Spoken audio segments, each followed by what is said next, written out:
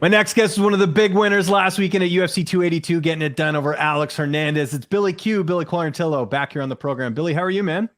I'm doing great, James. Thanks for having me. Like always, always great chatting with you, especially after a big win. Yeah, it had to do it, man. Congratulations. What a performance that was. Where does that rank in terms of career moments, just with everything that was going in? You had the layoff, you're fighting Hernandez in his debut, and you went out there and you get a finish. You put sort of an exclamation point on your year. Yeah, looking back, I mean, I know it's still fresh in my mind, but it's definitely up there. If not the number one or two biggest moments. Obviously, UFC debut. Without that, I'm not here right now. The Contender Series, that one's definitely up there. But just fresh off my mind, probably my favorite actual fight that I was in. I felt like I was doing good in the first round. Watching it, I could see how he obviously won the first round, but getting cut up and getting bloodied up, that was definitely the worst I've been cut in a fight before. I didn't know if the refs were going to stop the fight or whatever, because I could just tell. Usually when a corner man or a cut man can't stop a cut because it was still bleeding, like right after he tried, I was like, oh man, this isn't good. And it added a little bit more pressure. And just to go out there and do what I always do, and I find ways to wear people down, break them, melt them. That's exactly what I wanted to do, and it worked out really good. So it's definitely up there in probably the number one moment of my career so far. And how did you feel after the layoff? You look great in there, but obviously, I wouldn't know unless I ask you. So I'm asking you. Yeah, I felt good. I didn't I felt a little sluggish at first, but I think a lot of that had to do with me trying to figure out what he was gonna try to do, whether he was gonna throw some big explosive punches, whether he was gonna try to wrestle with me. Obviously he did a little bit of both. The weight cut went really good, but it wasn't those last couple of pounds are always tough, man. I think a lot of people think I'm like a normal size 45er, but I'm a pretty big 45er. I felt like a good size against Burgos. I felt like I was a pretty good size in this last fight against Hernandez. So the weight cut I think could have went a little smoother. It was a good cut for me. I didn't come close to missing weight or anything. I always make it right before I have to. But I'm just happy that I got this one out of the way, and now I'm already talking to matchmakers. I was talking to Sean Shelby right after, telling my manager what we're looking for, and so I want to stay super busy in 2023. Yeah, we'll talk about that in a sec. It looked like the game plan obviously was, sort of weather the storm, then go for the kill. Is that accurate? Just because we know Hernandez very strong in that first round, but does slow down a lot. Yeah, yeah, and I was very public with it because I didn't think like it would have mattered either way. People know my style, people know his style. He's got I think seven first round finishes. He comes out, he's super explosive in the first round. He doesn't mind using all of his energy in the first round. So I knew I wanted to stay consistent attacking his body, which I hit him with knees every chance I got. I threw a body shot, a knee to the body, a kick to the body. And I knew when he started wrestling with me and I was making him work like crazy, I knew with all those ingredients, I knew I was going to be able to melt him. And luckily, I could kind of feel him breaking. My corner's really keen on it too. They're like, all right, this is the chance now. This is your chance. And when I kind of heard that, and I knew I still had a ton of energy left, I knew that the ending was near.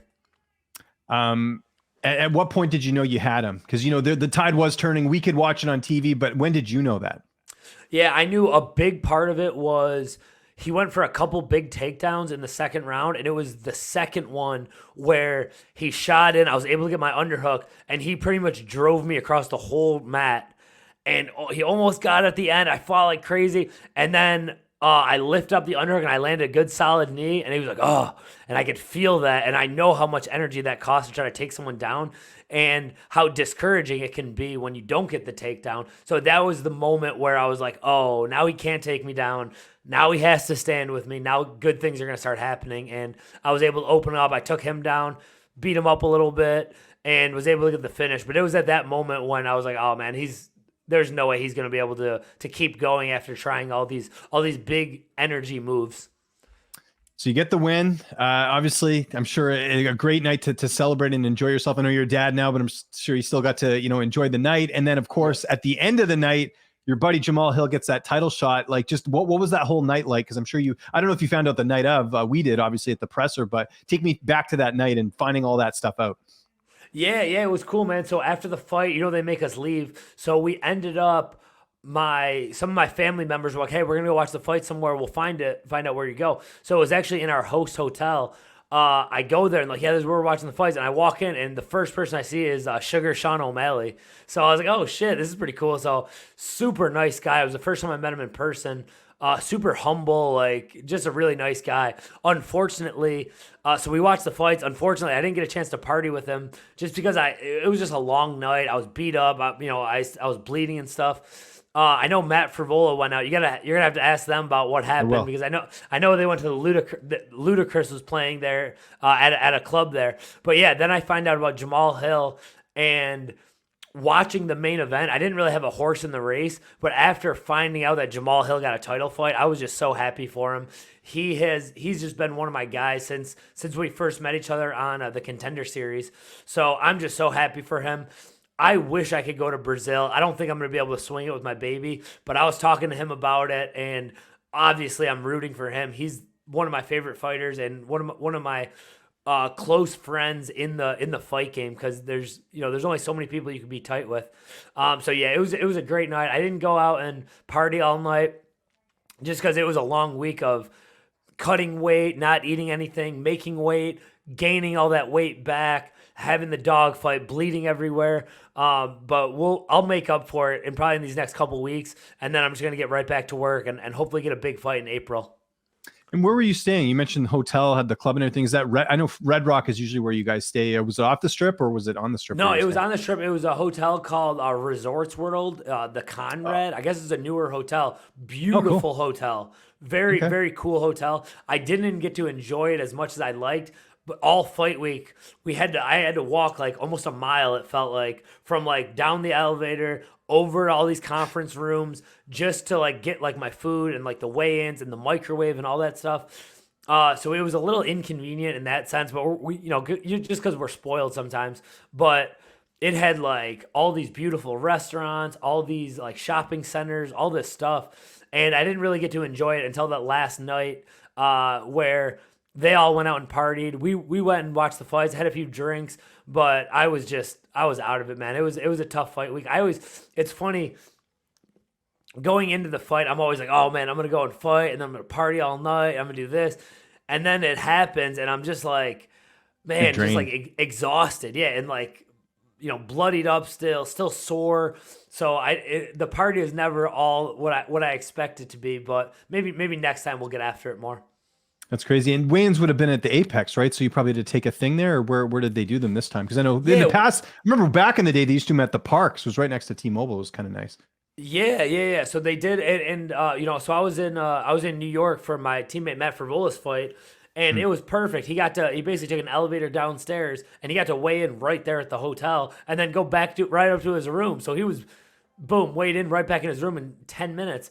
And yeah, we had to meet everyone downstairs, take the shuttle over there. We got there 45 minutes early, so I'm just watching the time tick away, waiting at the Apex, wait again for the shuttle, drive all the way back. It is what it is, but yeah, hopefully next time they can do the weigh-ins right in the hotel. Yeah, or they should just build a hotel next to the Apex. That would be easier, right? Like for a lot of you guys. I heard rumors that they were talking about doing that for a while. I don't know. They do have land there, I guess, where like it's like in between so you have the PI, you have the Apex, and I did hear that they were doing something like that. But I have no idea. It would be cool that way, but if not, it's easier on you guys. Yeah, but it is cool to be in cool, like really nice hotels like that. I remember the Ultimate Fighter, we stayed at the Palace Station, which isn't a very nice hotel. So now staying in hotels like this, it is pretty cool, even though it is a little bit inconvenient sometimes. Obviously, one of the big talking points on your card was this Paddy Pimblett fight. Have you had a chance to watch it yet against Jared Gordon? Yeah. So I watched it. I watched it live. I didn't think it was like the most exciting fight in the world, but I did think Jared Gordon pretty convincingly won that fight. Everyone I was with thought he won that fight too. So I don't know. I actually saw Jared Gordon. I saw Jared Gordon blow Muhammad right after, and I saw Muhammad first. I'm like, how about your boy getting robbed? And he's like, yeah, dude, he's right there. And sure enough, he wasn't in the best mood, and understandably. So it's tough, man. I don't know what the solution is. it's easy to say, oh, well, then just go out and finish fights. It's not always that easy. No, it's Yeah, but I think his name's Doug Crosby. I know he's taking a lot of heat right now, which is good because I think it's the first time in MMA they're actually calling out judges. Like, you guys can't. Well, you know keep what I getting away with think? I have this. a theory on that, by the way. I think they're really focusing on the judging stuff now. I agree. We've never really heard that before. Judges being investigated. I honestly think this whole James Krause situation with the betting, I think they're looking at everything now because I think they're worried about fight fixing or, biased things and stuff. So, as bad as it's been for Krause and these guys, maybe it's going to add, more of a spotlight on things that are an issue, because this isn't the first bad decision we've had. We've had plenty, in terms of bad judging and then things of that nature. I think it's something they really got to focus on now. And here's the other thing. There's no accountability, right? At least now it sounds like hopefully this judge will have to explain how he got that scorecard. We'll see. So. Yeah, I heard. I don't know if it was California Athletic Commission, but I heard they were like reviewing it, or like that decision, because like you're saying, same thing with boxing. Boxing has everyone who knows about boxing knows how corrupt it is, and MMA is one of those sports where there's two guys fighting, there's one referee, and there's three judges. If one of those guys is corrupt, or they can swing the fight quite a bit. So there's a very small amount of people that can change the outcome. And if you're betting millions of dollars, that's a big deal. You know what I mean? Especially if it's the same judges over and over and over again getting the wrong cards, maybe they should get investigated. Because I heard rumors that some of these judges are like hanging out with fighters and doing this or doing that. So I think it's a good thing that we're talking about it. And maybe this Patty decision, even though obviously Jared Gordon, poor Jared, like has a loss on his record now, which a lot of people think he won. I think every journalist had him winning that fight. I think maybe some good will come from it, and they start cleaning it up a little bit. Well said. Okay, a couple rapid fire questions, and we'll get you out of here. You mentioned you're already talking to the matchmakers. If Billy Q can pick his next return date, when would that be? When do you want to get back in there? Yeah, so I already know. I've already seen a big Marcel. Shout out to Marcel. He always has like the fights of like which fight dates and what's happening. So a lot of the January, February, and March fights are already filling out. I would love to be on a pay-per-view, and I don't really want to go to London if I don't have to. I would love to go to London to visit. Shout out to all my UK fans. Would love to go visit there, but fighting there's a whole different thing because you're just spending a week there training, cutting weight. It's not really that as fun as it sounds. So I would love to do a pay-per-view in April, or if they came to Tampa or Buffalo. Those are like my choices. Buffalo would be the number one. They got to choice. come back to Buffalo. I think we talked about this. I went to the Buffalo card they had last time. It was Cormier and Anthony Johnson. Yes, that honestly was one too. of my favorite events to cover. It was so good. Yeah, I was there too. And actually, the UFC, this was even before I was in the UFC. They gave me and my brother Austin they gave us like front row tickets. It was like, I was like, wow, I didn't expect that. So I grew up going to Sabres game. I'm actually going to a Sabres game in 2 weeks there. Are you really? Yeah, Cool. I can't wait to I'll get the chills when I go there because I know I could possibly be fighting there. That would be a dream come true. So April, Buffalo. I've already called out Edson Barboza. That would be the matchup for me that I'm really looking forward to. There's a few other guys that people have been mentioning that I think there's a lot of very interesting fights, especially with my style. There's a lot of potential fight of the nights, performance of the nights. But I would love a chance at a top 15 guy, a guy with a number, a guy with a big name, and Edson Barboza just checks all the boxes. Are you going to be featured at the Sabres game? You should give them the heads up. Hey, I'm a UFC fighter. I'm going to be going to the game. I know they did that with Brian Kelleher and with the Islanders. Did they? I don't know. That's a good question. Every time I go home, it's cool. Get Jason House on the phone. He'll your manager. I'm sure he can. All right, hook something up or figure it out. Jason, Iridium guys, we got to call the Sabres and get me on the jumbo. They should, because they're not even playing well right now, so they could use some positive publicity. Get Billy Q in here. I just want that's a good idea, man. I've never reached out to someone like that, but I mean, might as well. Because I'm sure they'd love to have you. Yeah, and it's a nice arena, man. Like I went there years ago. I used to live in Toronto, and it wasn't that far of a drive, so we used to go just off Niagara Falls, and great arena, very underrated arena in the league. So I remember growing up, when the Sabres were in like their heyday and they were playing really well. Every time like the Ottawa Senators and the Toronto Maple Leafs would come, there would be a ton of Maple Leafs fans. Because the tickets are cheaper. It actually would be cheaper to drive and go to Buffalo and even get a hotel than it would to be. Toronto has like the most expensive tickets. Yeah. We would hate it. We're like, Canadians, get out of here. This is Sabres, this is Buffalo, this is America. But we obviously, I respect their commitment to the game because Toronto fans are like diehard. Like they Well, we eat, get it here sleep, even in and breathe. Vancouver. Vancouver's like Yeah. a 5-hour flight to Toronto, but you still get Leafs fans at the games. It just is what it Yeah, is. dude, So, they travel in packs, so that yeah. would be the ideal situation. They do need to go back to Buffalo. Why not? There's so many diehard fans there. Mm-hmm. So that's what I'm looking at. If I don't get Barbosa, I'll take. There's a few other guys that I really like, but we'll see. Yeah, we'll see what happens. And holiday plans. What do you and the family got cook? What are you guys cooking up? All right, so holiday plans. So actually, my mom and dad are in town right now, so I'm celebrating some time with them. Just being around family, being with my baby. This is my 4 months old's first Christmas, obviously. So for Christmas, I don't really have a lot of family here, but I got like my wife and son. And then in 2 weeks, I'm going back to Buffalo, and that's Nice. where like most of my family is. And I even have some family in DC. They're all coming up, so we're gonna have a huge family reunion like the 27th, 28th, 29th. I'm going to stay till the New Year's, have a few drinks, have some fun. But really, it seems like the older I get, the more I just want to like relax, spend time with my loved ones that I don't get to see that often. And it's a lot more of that kind of stuff than, back in the day, we would just want to drink and party and that stuff. No, because the hangovers, man, I can't do it anymore. I was in Vegas They're a couple weeks brutal. ago for a guy's trip, and like I just 2-3 drinks and I'm good because it will ruin my weekend if the hangover is just brutal now. So it's not You're worth it. absolutely right. I went to the Lightning game 2 nights ago, and there was a guy there that we knew at the bar after. He's like, Billy Q, congrats on the fights.